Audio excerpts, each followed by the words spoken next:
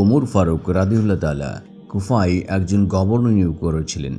এমনিতেই সমস্ত সাহাবা ন্যায্যপরায়ণ, সৎ ও নিষ্ঠাবান ছিলেন, কিন্তু এক্ষেত্রে গভর্নর আরও এক ধাপ অগ্রগামী ছিলেন।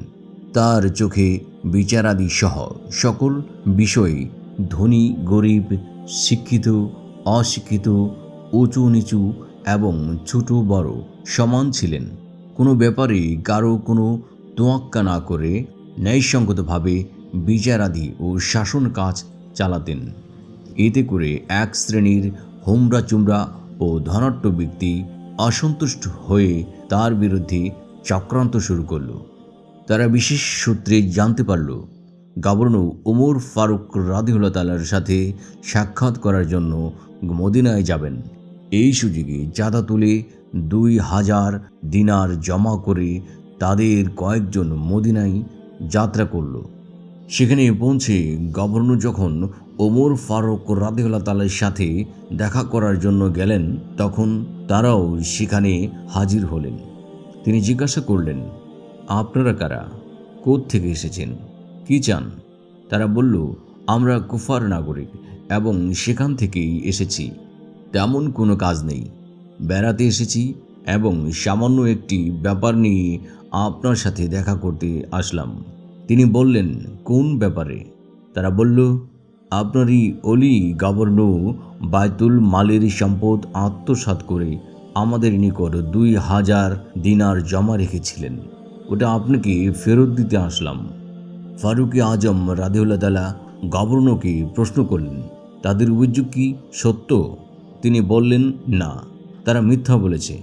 আমি ওদের নিকট 4000 দিনার জমা রেখেছিলাম, কিন্তু তারা 2000 আত্মসাৎ করে বাকি 2000 জমা দিতে এসেছে। ওমর ফারুক রাদিয়াল্লাহু তাআলা বলেন, তুমি এই কাজ কেন করলে? তিনি উত্তরে বললেন, আমি মরে যাবার পর ছেলে মেয়ে জীবিকা যেন ভালোভাবে চলে সেজন্য। তারা গভর্নরকে বিপদে ফেলতে এসে নিজেরাই বিপাকে পড়ে গিয়েছেন ভেবে আমিরুল মোমিনিন ওমর ফারুক রাদিয়াল্লাহু তাআলার নিকট ভুল স্বীকার করে ক্ষমা চেয়ে বললেন, হে আমিরুল মোমিনিন, আপনার এই অলি গভর্নর খুবই কড়া শাসক। শাসন কাজ চালাতে গিয়ে আমাদের কোনো পরামর্শ নেন না এবং আমাদের মান সম্মানের দিকে লক্ষ্য রেখে একটুও এদিক ওদিক করেন না। এতে করে আমাদের মান সম্মান ক্ষুণ্ণ হচ্ছে।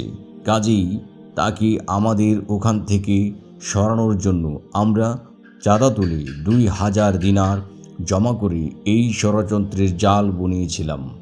আসলে উনি আমাদের নিকট 2000 তো দূরের কথা, 2 দিনারও রাখেননি। ওমর ফারুক রাদিয়াল্লাহু তাআলা উক্ত গভর্নরকে লক্ষ্য করে বললেন, কি ব্যাপার? তিনি বললেন, এখন ওরা ঠিক বলেছে। ফারুক আজম তার গভর্নর বুদ্ধিমত্তা দেখে আশ্চর্য হয়ে গেলেন। সে কিভাবে শত্রুর মুখ থেকেই তার সততা ও তাদের চিন্তার কথা বের করে নিলেন? তিনি জিজ্ঞাসা করলেন, হে অলি, তুমি কেন এ ধরনের কৌশল অবলম্বন করলে? তিনি উত্তরে বললেন, হে আমিরুল মোমিনিন, তারা তো কয়েকজন, একজন দাবি পেশ করেছেন, তার সাথে কয়েকজন সাক্ষীও আছে, কিন্তু আমার তো সাক্ষী নেই। কাজেই কৌশল অবলম্বন ছাড়া আর কোনো উপায় ছিল না। আমিরুল মোমিনিন তাকে ধন্যবাদ জানালেন। এখান থেকে আমরা শিক্ষা নিতে পারি, ন্যায্যপরায়ণ শাসকের কাছে ধনী গরিব সবই সমান।